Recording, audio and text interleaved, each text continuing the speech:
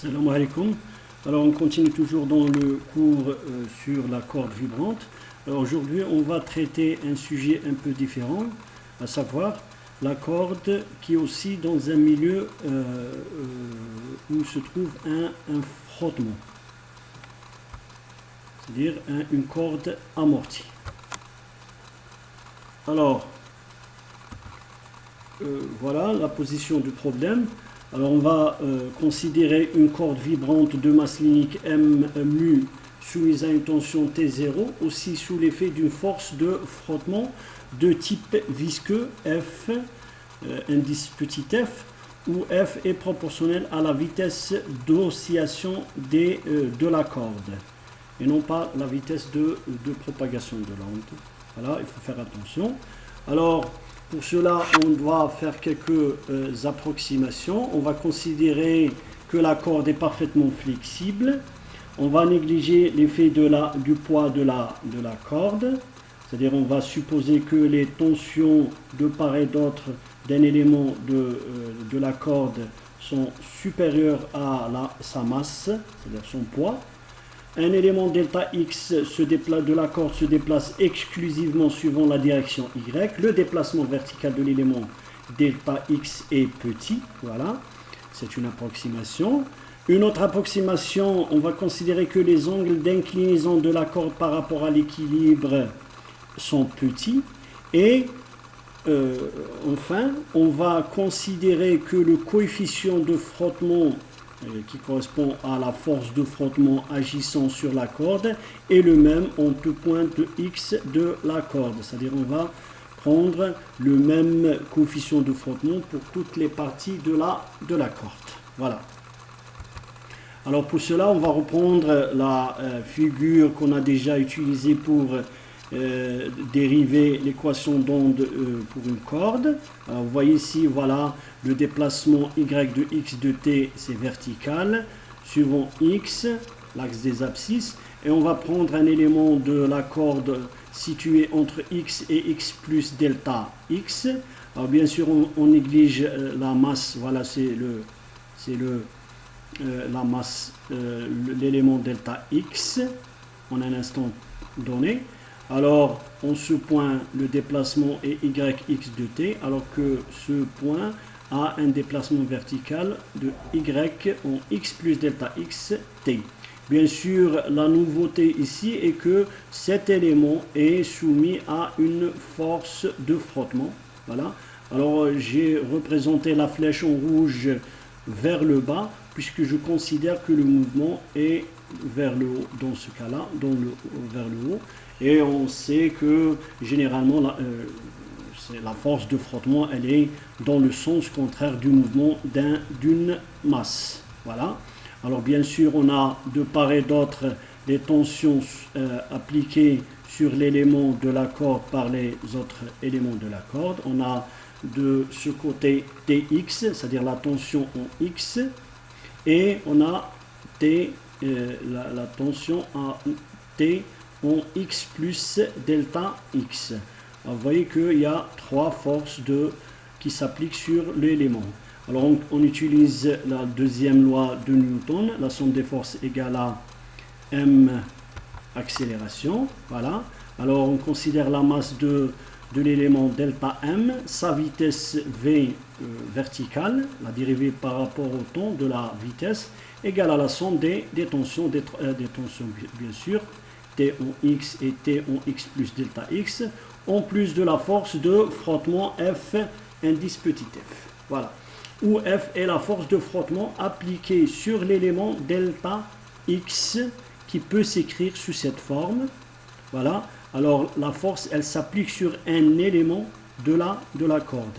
C'est pour ça, cette force F est un élément de la force qui s'applique sur la corde tout entière et qui peut s'écrire sous cette forme, moins bêta delta x, puisque F dépend aussi de la longueur de delta x, fois V. V, c'est la vitesse de l'élément delta x.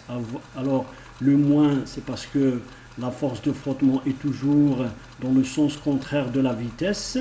Bêta est le coefficient de frottement par unité de longueur, et bien sûr qui ne dépend pas de x, c'est un cas particulier, mesuré en unité de kg par mètre par seconde. Alors le bêta, c'est le coefficient de frottement par unité de longueur. Alors bien sûr, on va projeter sur les deux axes, suivant x, suivant y. Alors rappelons que x, suivant x, il n'y a pas de mouvement. Voilà, le mouvement est exclusivement suivant y. C'est pour ça on aura la projection suivant y donne, voilà, 0. Il n'y a pas d'accélération suivant y. On a juste la tension, on va projeter la tension Tx sur x avec un angle θ que fait la tension T par rapport à l'horizontale. θx, c'est l'angle que fait Tx par rapport à l'horizontale. Voilà. La projection suivant x donne le cosinus θx plus Tx plus delta x cosinus θx plus delta x qui est égal à 0. Maintenant, la projection suivant y donne, voilà, on projette suivant y, c'est la dérivée deuxième de y par rapport au temps, fois delta m. Alors, bien sûr, on a la projection de t suivant y, on aura le sinus de θ x plus delta x. Ici, on aura sinus tx fois sinus θ x. Bien sûr, avec la force de frottement qui est suivant y. Voilà. Et on aura moins bêta delta x, la dérivée de y par rapport au temps, puisque c'est là, elle est proportionnelle à la vitesse d'oscillation. Voilà, c'est la dérivée de y par rapport à x. Bien sûr, en plus des deux termes de la tension. Mais on a déjà trouvé, alors vous pouvez voir les cours précédents. Voilà, je ne vais pas refaire le même calcul ici. On a trouvé que cette expression-là, la somme des deux tensions, les projections, égale à T0, où T0 c'est la tension de la corde à l'équilibre, fois la dérivée de y par rapport à x, c'est la pente, x en x plus delta x, moins la pente de y de la corde en x, voilà, c'est la dérivée de y par rapport à x, voilà. Alors la projection suivant y donne, voilà, je vais remplacer ici, on remplace delta m par mu delta x, mu c'est la masse linéique, bêta delta x, voilà, plus t0 fois cette expression-là. Maintenant, je divise par delta x les deux membres, on divise par delta x, ça saute ici, ça saute ici, je divise par rapport à delta x, mais vous voyez ici que cette expression n'est autre que la dérivée deuxième de y par rapport à x lorsque la longueur de l'élément delta x tend vers 0, ce qui donne la dérivée deuxième de y par rapport à x au carré. Enfin, on aura, en remplaçant cette expression par la dérivée deuxième, on aura mu, la dérivée deuxième de y par rapport au temps, moins bêta, la dérivée première de y par rapport à t, plus t0, la dérivée deuxième de y par rapport à x au carré. Alors bien sûr, ici on va diviser par rapport à y, on aura, et je ramène le terme de dérivée par rapport au temps de ce côté-là, j'aurai, voilà, la dérivée deuxième de y par rapport à t, plus bêta sur mu, la dérivée première de y par rapport à t, égale à t0 sur mu, la dérivée deuxième de y par rapport à x. Rappelons ici que v au carré égale à t0 sur mu. Voilà. Alors, il est facile de vérifier que bêta sur mu a la dimension de l'inverse du temps, puisque bêta est le kilogramme par mètre par seconde, mu est kilogramme par mètre. Alors, le kilogramme saute, les mètres sautent, et il ne reste que le s, c'est-à-dire le seconde, dans le dénominateur. Alors, on va l'écrire sous cette forme, 1 sur taux, puisque on a l'habitude de remplacer une grandeur, c'est-à-dire qui a la dimension d'un temps, par taux. Voilà, c'est une habitude. Alors, on va nommer ce taux là comme un ton caractéristique, puisqu'elle a la dimension d'un ton, qui est égal à mu sur bêta. Voilà. C'est-à-dire, au lieu de trimballer ces deux paramètres bêta et mu, on va utiliser juste ce ton caractéristique du mouvement de la corde. Voilà. Alors finalement, l'équation d'onde pour une corde amortie s'écrit, voilà, c'est la dérivée deuxième de y par rapport au temps, plus 1 sur taux, la dérivée première de y par rapport au temps, égale à v au carré, la dérivée deuxième de y x de t par rapport à x au carré.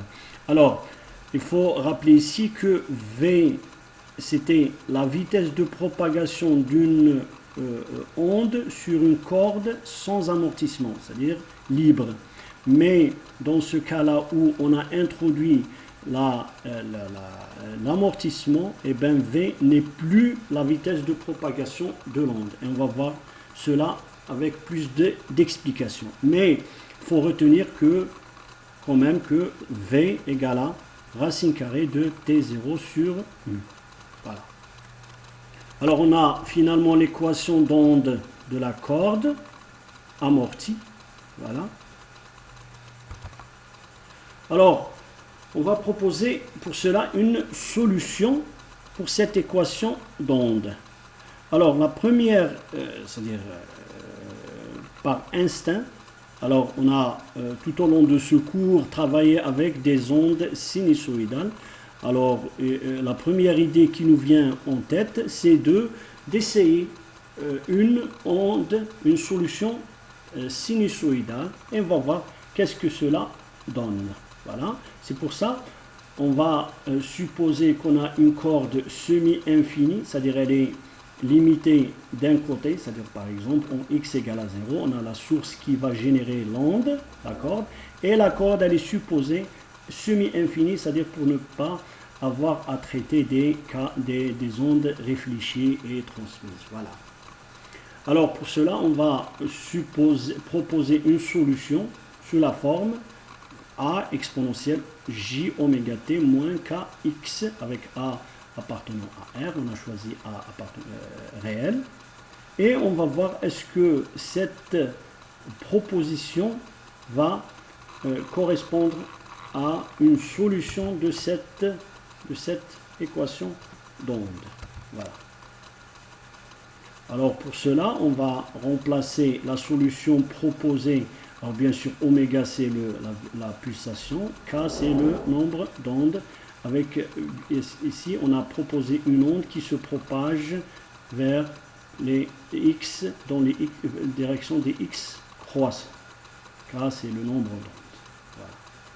Alors en remplaçant la solution dans l'équation d'onde, on trouve, alors on remplace ici, on a la dérivée de y par rapport au temps, ça nous donne j au carré oméga au carré, c'est moins oméga au carré.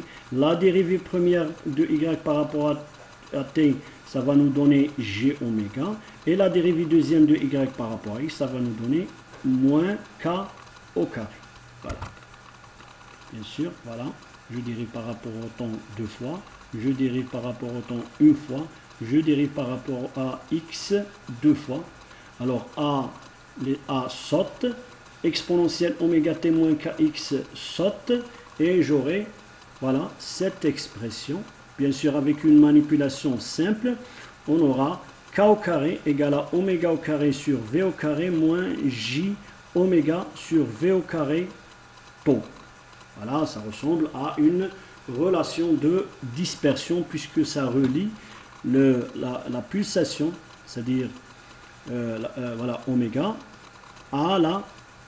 au nombre d'ondes k. Sauf que c'est une relation un peu compliquée, c'est un nombre complexe voilà, qui intervient. On va voir comment comment on va procéder. Alors, une manipulation, la relation de dispersion du milieu, corde amortie, égale, c'est k au carré égale à oméga au carré sur v au carré. Voilà. Je fais sortir le oméga au carré sur v au carré. Voilà. Et j'aurai cette expression. Voilà.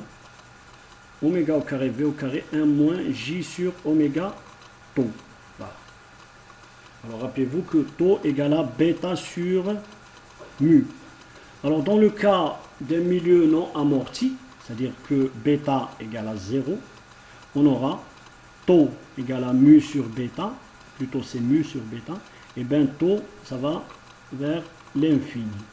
Si tau ça va vers l'infini, ce terme-là s'annule et on tombe sur la relation de dispersion qu'on a déjà trouvée pour une corde libre, c'est-à-dire non amortie, avec K c'est le nombre d'ondes, oméga c'est la pulsation et V c'est la vitesse de propagation d'une onde sur la corde, avec V égale à racine carrée de T0 sur mu. Voilà. Mais puisque l'onde est amortie, c'est-à-dire bêta est différent de 0, et bien ce terme-là persiste, et on aura, voilà, pour un milieu amorti et d'après la relation de dispersion, K au carré égale à oméga au carré sur V au carré fois 1 moins J sur oméga tau. Alors, comme vous le voyez, vous pouvez le voir, le nombre d'ondes ici est un nombre complexe. Voilà. Que l'on peut écrire, puisque tout nombre complexe peut se mettre sous cette forme, c'est-à-dire la partie réelle de K, bien sûr j'ai mis en fonction de oméga, puisque K dépend de oméga, K' oméga plus J K seconde oméga. Voilà. Alors notre tâche ici est de trouver ces deux grandeurs, c'est-à-dire K' et K seconde. Alors, si on élève au carré, on aura K au carré égale à K' au carré moins K seconde au carré plus 2G 2K seconde K'. Alors par identification, voilà, on a le K ici et on a le K au carré ici. Alors par identification, la partie réelle égale à oméga au carré sur V au carré. Voilà. 1, l'équation 1. Maintenant, la partie imaginaire de K seconde K' égale à moins oméga sur tau V au carré à partir de cette expression, la deuxième relation.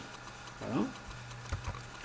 Alors d'autre part, le carré du module du nombre d'ondes est donné par K au carré, puisque K égale à K' plus K seconde. Le module égale à K' au carré plus K seconde au carré, égale, voilà, je vais faire le module de cette expression-là, c'est oméga au carré sur V au carré, racine carrée de 1 plus 1 sur oméga au carré, tau au carré. C'est ce que je viens d'écrire ici, la troisième équation. Alors on a trois équations, on a celle-là, K moins K' au carré moins K seconde au carré égale à oméga au carré sur V au carré. On a 2K' K seconde égale à moins oméga sur tau V au carré. Et on a cette expression-là de K au carré.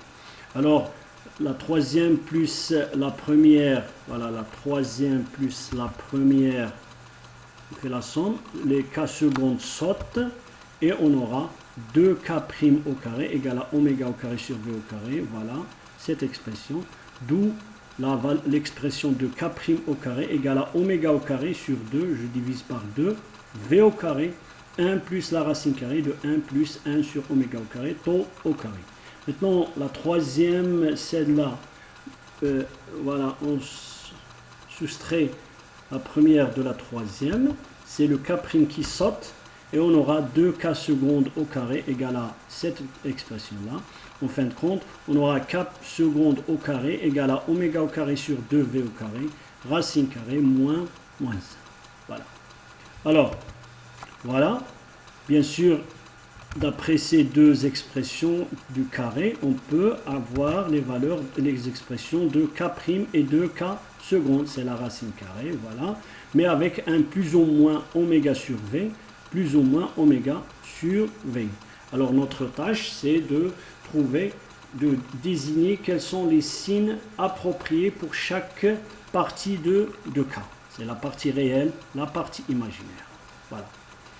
Alors, la forme y de x de t égale à a exponentielle j oméga de t moins kx est solution de l'équation d'onde de la corde avec la condition que le nombre d'ondes k ait une forme complexe. C'est-à-dire, cette forme-là proposée, que nous avons proposée à l'équation d'onde, elle est solution, sauf si k est un nombre complexe qui peut s'écrire sous cette forme-là. Voilà. Alors, on remplace k par k' plus g k seconde.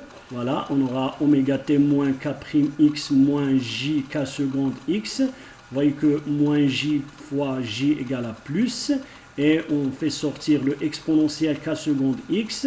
Et on aura cette expression, bien sûr en notation complexe, a exponentielle k seconde x. Alors, il faut faire attention, k seconde est un nombre réel. Voilà. Exponentielle j oméga de t moins k' x, avec bien sûr k' aussi, est un nombre réel. Voilà. Alors, vous pouvez voir que on tombe sur une équation, une solution d'une onde qui est progressive. Voilà. Elle garde la même pulsation oméga, mais avec un nombre d'ondes k', voilà, dans le sens des x croissants, mais avec une amplitude qui dépend de x. Voilà. Alors, si on a par exemple k seconde positive, on aura une onde qui va en augmentant lorsqu'on s'éloigne de x. Mettons, si k seconde est négative, on aura une onde qui s'atténue, voilà, qui s'évanouit en s'éloignant de la source de la corde. Alors, on va voir quel signe peut-on donner à k seconde. Voilà. Alors bien sûr, comme je viens de le dire, le k' c'est le nombre d'ondes ordinaire qu'on connaît, c'est-à-dire qui nous donne une information sur la longueur d'onde avec laquelle l'onde se propage, qui représente la propagation d'une onde constante positive, car l'onde est supposée se propager dans le sens des x croissants, c'est-à-dire que k' doit être positif réel. Alors puisque c'est positif réel, mais d'autre part, et d'après l'équation 2, voilà l'équation 2, on a le produit des deux de k', k seconde, doit être négatif, puisque oméga est positif, tau est positif, et bien sûr v au carré est positif. Pardon. Alors, de cette équation, et aussi on sait que k' est positif, voilà, c'est-à-dire que k seconde doit être négatif. Voilà. C'est que on aura, heureusement, on aura une onde atténuante, c'est-à-dire qu'elle voit son amplitude diminuer en s'éloignant de la source qui génère cette onde. Voilà, c'est la physique de la chose. Voilà. Alors, le k', on aura nombre d'ondes oméga sur v plus égale à racine carrée de 1 demi plus 1 demi racine carrée de 1 plus 1 sur oméga au carré tau au carré. Et k seconde, on doit choisir le signe moins, c'est pour ça on aura moins oméga sur v racine carrée de 1 demi 1 plus 1 sur oméga au carré tau au carré moins 1 demi. Alors, on va mettre en exergue le signe moins, c'est pour ça qu'on fait un changement de notation. K seconde égale à moins Q. Et Q, ce qu'on appelle une constante d'atténuation de l'onde. Voilà, une constante d'atténuation à cause des effets d'amortissement. Voilà.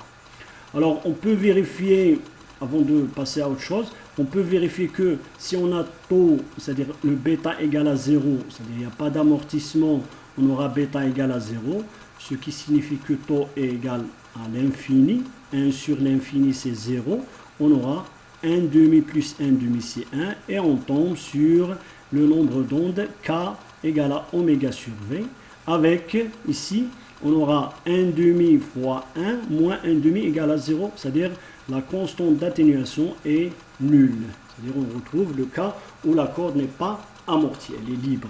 Voilà.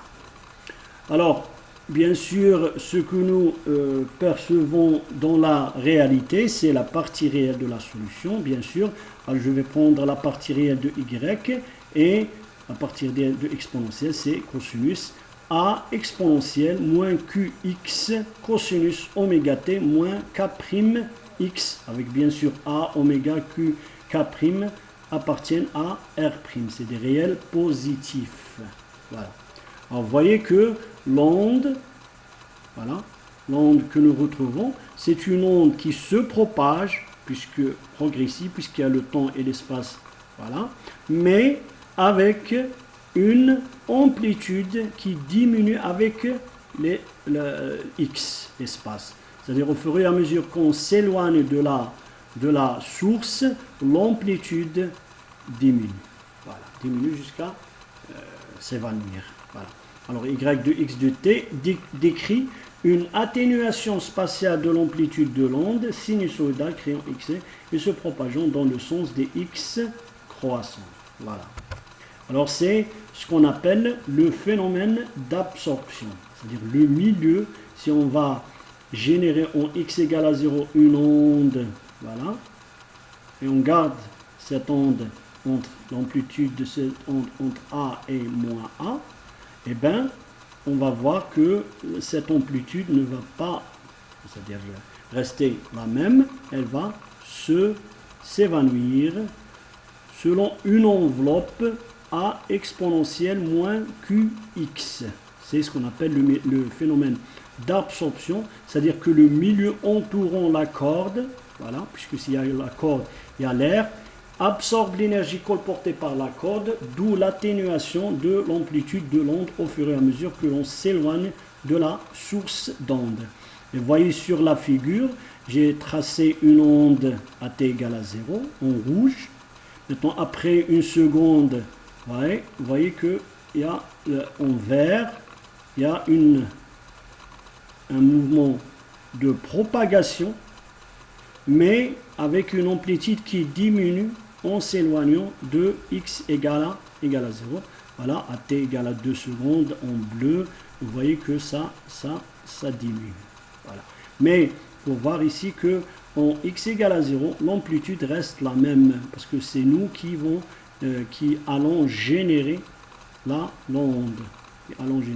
Mais au fur et à mesure qu'on s'éloigne de la source, l'amplitude diminue, puis s'évanouit. C'est ce qu'on appelle le phénomène d'absorption. Voilà. Alors, avec quelle vitesse l'onde se propage? Alors, comme je viens de le dire, le V qui est égal à racine carrée de T0 sur mu, c'était la vitesse de propagation d'une onde sur une corde libre, c'est-à-dire sans frottement. Mais pour l'onde, pour notre cas, la vitesse de propagation, c'est bien oméga sur K' et non pas oméga sur K. Voilà, c'est pour ça, la vitesse avec laquelle l'onde se propage sur la corde est bien V' égale à oméga sur K'. Et je remplace, voilà, ici, je remplace oméga V égale à oméga sur V, oméga saute avec le V qui vient au numérateur, pardon, et on aura V' égale à V sur la racine carrée de 1,5 plus 1,5 la racine carrée de 1 plus 1 sur oméga au carré, tau au carré. C'est-à-dire que l'onde sur une corde amortie a changé de vitesse. Elle va se propager avec une vitesse inférieure à V, puisque ce terme-là est supérieur à 1. Voilà. Alors, vous voyez que si jamais le taux égale à l'infini, c'est-à-dire pas d'amortissement, on tombe sur V' égale à V, c'est-à-dire pour une corde libre.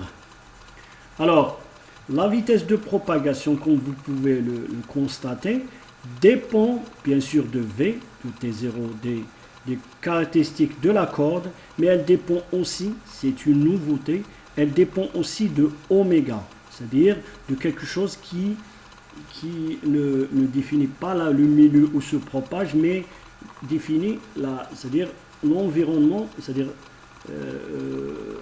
oméga, c'est le manipulateur qui va imposer cette valeur de oméga au milieu. Voilà. C'est pour ça, la vitesse dans ce cas, elle dépend de oméga. C'est-à-dire à chaque fois qu'on change de oméga, le manipulateur, par exemple, avec un certain mécanisme, un moteur, je ne sais pas, il peut changer de oméga, de la pulsation avec laquelle il va agiter l'extrémité en x égale à 0, et bien il saura que la vitesse de propagation a changé. Voilà. Alors, la vitesse de propagation de l'onde sur une corde amortie V' dépend de oméga. C'est-à-dire que les ondes sinusoïdales de pulsation différentes se propagent sur la corde à des vitesses différentes. Voilà. Et bien, c'est ce qu'on appelle un milieu dispersif. Voilà. C'est que si on va, pourquoi on dit dispersif? Parce que si on va créer un ensemble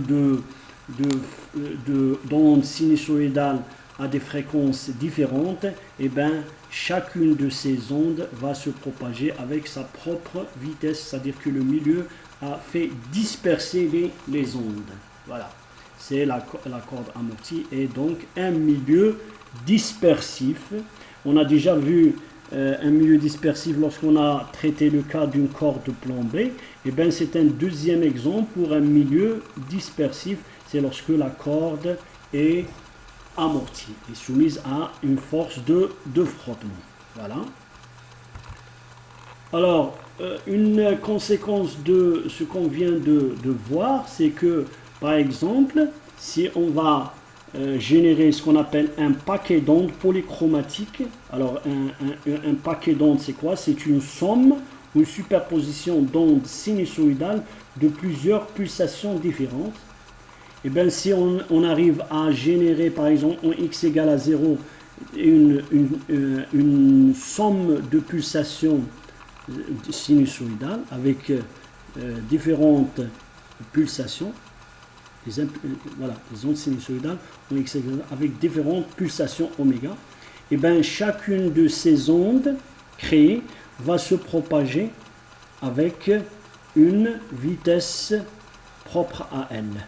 Bien sûr, la somme des ondes créées vont donner ce qu'on appelle un paquet d'ondes, c'est-à-dire une forme qui va se déplacer, c'est la somme, c'est l'effet de la superposition, mais on va voir que cette forme-là ne va pas garder sa forme tout au long de sa propagation, elle va se déformer puisque les composantes, ces composantes, c'est-à-dire les ondes à pulsations différentes, se propagent dans le milieu avec des vitesses différentes. Voilà, si chaque composante monochromatique, c'est-à-dire une seule pulsation oméga du paquet, se propage à sa propre vitesse, le paquet d'ondes se déformera puisque des composantes du paquet vont se propager plus vite que d'autres. Et pour voir, c'est-à-dire avec plus de détails ce phénomène, je vais vous montrer ici, voilà, un cas de deux ondes, voilà. Alors je vais vous montrer, voilà, vous pouvez ici avoir deux ondes, l'onde en bleu, c'est des ondes sinusoïdales, en bleu et en vert, et la forme en rouge, c'est la superposition de ces deux ondes en tout point et en tout instant. Voilà. Alors, ici, on nous donne la main pour changer les pulsations des deux ondes. Voilà, oméga 1 et oméga 2, on change le rapport. Voilà. Et on a la main pour changer les vitesses de propagation des deux ondes, vert et bleu. Et on va voir qu'est-ce que cela donne. C'est-à-dire elle va donner une forme, ce qu'on appelle un paquet d'ondes. Bien sûr, un paquet d'ondes, c'est pour centaines, voire milliers, 1 million. Mais c'est juste, c'est un cas didactique, juste pour vous montrer, c'est-à-dire le fond de la chose. Alors, on va commencer par créer deux ondes avec deux pulsations qui sont égales. Et on va aussi trouver, par exemple, avec deux vitesses les mêmes. Et bien, vous voyez que bien sûr, ici, on a un système, un milieu qui n'est pas libre, qui est libre plutôt, qui n'est pas amorti, mais c'est juste pour vous montrer l'effet du milieu dispersif sur un paquet d'ondes. Alors, un milieu dispersif, c'est quoi? Je le rappelle, c'est que on a des ondes qui ont des pulsations différentes qui se propagent. Et bien, c'est un milieu et vont se propager avec des vitesses différentes. Maintenant, si on a les mêmes pulsations pour la bleue et vert, alors la courbe en vert, elle coïncide avec la courbe en bleu, puisqu'on a la même pulsation et on a la même vitesse, c'est-à-dire on a la même longueur d'onde. Il y a la relation de dispersion oméga en fonction de V. On a V oméga au carré égale à K fois K2 V2 et oméga 1 égale à K1 fois V1. Mais puisque oméga 2 égale à oméga 1, V2 égale à V1, et bien K1 égale à K2, c'est-à-dire la longueur d'onde pour celle en bleu égale à la courbe en vert. Voilà. Et vous voyez que la somme des deux courbes, c'est-à-dire des deux ondes sinusoïdales, ça donne la courbe en rouge, ça double, l'amplitude ça double, et on aura la même pulsation et la même longueur d'onde. Voilà. Et vous voyez que ça, la forme en rouge ne change pas de forme. Voilà. Maintenant, on va essayer de voir, on va garder la même vitesse pour les deux ondes, mais on va donner pour chacune des ondes une pulsation. Par exemple, si on va prendre 15, voilà, vous voyez que, voilà, c'est-à-dire ici que les deux ondes en bleu et en vert vont se déplacer à la même vitesse, mais avec une longueur d'onde qui est différente, puisque le oméga ne sont pas les mêmes, c'est-à-dire le K ne sont pas les mêmes et les longueurs d'onde ne sont pas les mêmes. Voilà. Mais vous pouvez voir quand même que la résultante, c'est-à-dire le paquet d'ondes qui est la somme des deux courbes, ne change pas de forme. Hein? Vous voyez que ça, elle garde sa forme. Voilà. Maintenant, on va donner à chacune des ondes sinusoïdales une vitesse. Voilà. C'est-à-dire on va faire en sorte que le milieu soit dispersif, c'est-à-dire chaque pulsation va se déplacer avec une vitesse différente. Par exemple, on va prendre comme ça, voilà, 0,95, voilà, les vitesses ne sont pas les mêmes. Et bien, essayez de constater que, voilà, vous voyez que la forme change. On a une forme qui change. Voilà. Par exemple, je vais prendre ça. Voilà.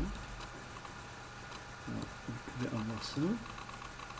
Et vous voyez de manière très claire que, voilà.